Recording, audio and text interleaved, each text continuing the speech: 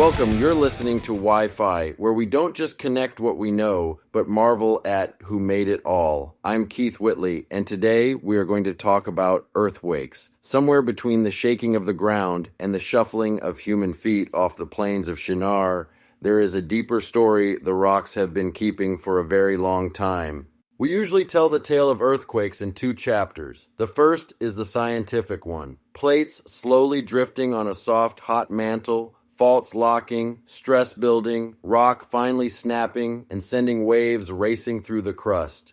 The second is the human chapter. Homes rattled, nerves frayed, cities rebuilt, people standing in doorways trying to decide whether the danger has passed or just paused. But there is an older chapter still, written not on paper, but in names like Babel and Peleg. Scripture tells us of a time when people gathered in one place, on one plain, speaking one language, building one tower.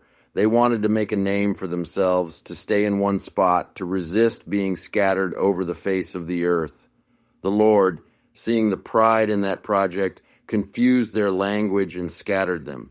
The tower never reached heaven. The people never stayed together. The place received a name that meant confusion, Babel. After that, the story of humanity becomes a story of dispersion, of tribes and tongues widening out across the world. A few generations later, another name appears, Peleg. About him, the text says simply, "In his days, the earth was divided." Some read that line as a division of peoples, continents of culture, lines on maps that had never been drawn before. Others hear, beneath those words, something more literal, that the single, joined land of early ages did not remain one piece forever. Continents parted, seas opened. The crust itself shifted under God's hand so that what had once been one broad ground became many. Whatever the mechanics, it is a quiet, powerful claim that the earth, as we know it now, did not always have the same arrangement, and that the rearrangement was not an accident without author. So, when the ground moves today, when an earthquake rattles dishes in Stockton or splits pavement in some far country, we are not just witnessing a purely blind phenomenon. We are seeing the tail end of a much longer process, a world whose surface has been rearranged and is still settling into the shape it was given.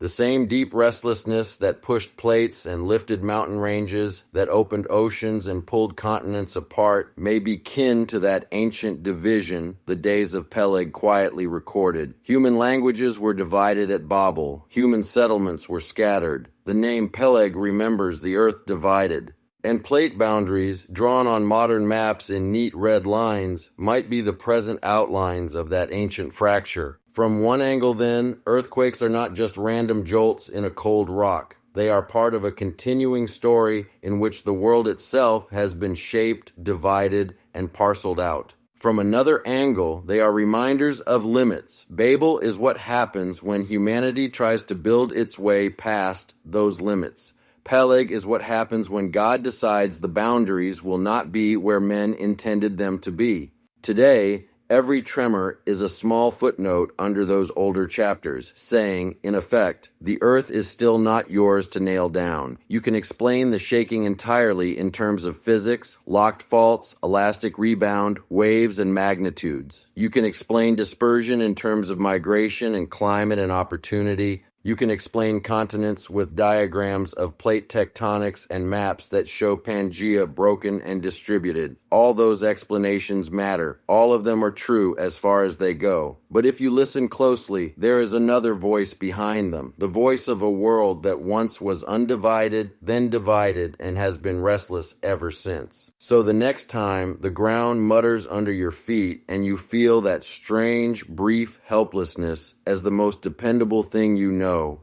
the earth itself reminds you it can move. You might remember more than just epicenters and fault lines. You might remember a tower that could not stand against God, a generation named for division, and a planet whose shaking still points back to the hand that divided and the hand that holds it together. And now, when the plates slip and the pictures tilt and the tremor passes, you will know you have not only felt a modern earthquake, you have brushed the edge of a much older story. That's today's signal on Wi-Fi, a world blazing with wonder, written by the hand of a creator connecting all things. And never forget, as we explore the how through science, let faith keep reminding us why. I'm Keith Whitley, and now you know the truth.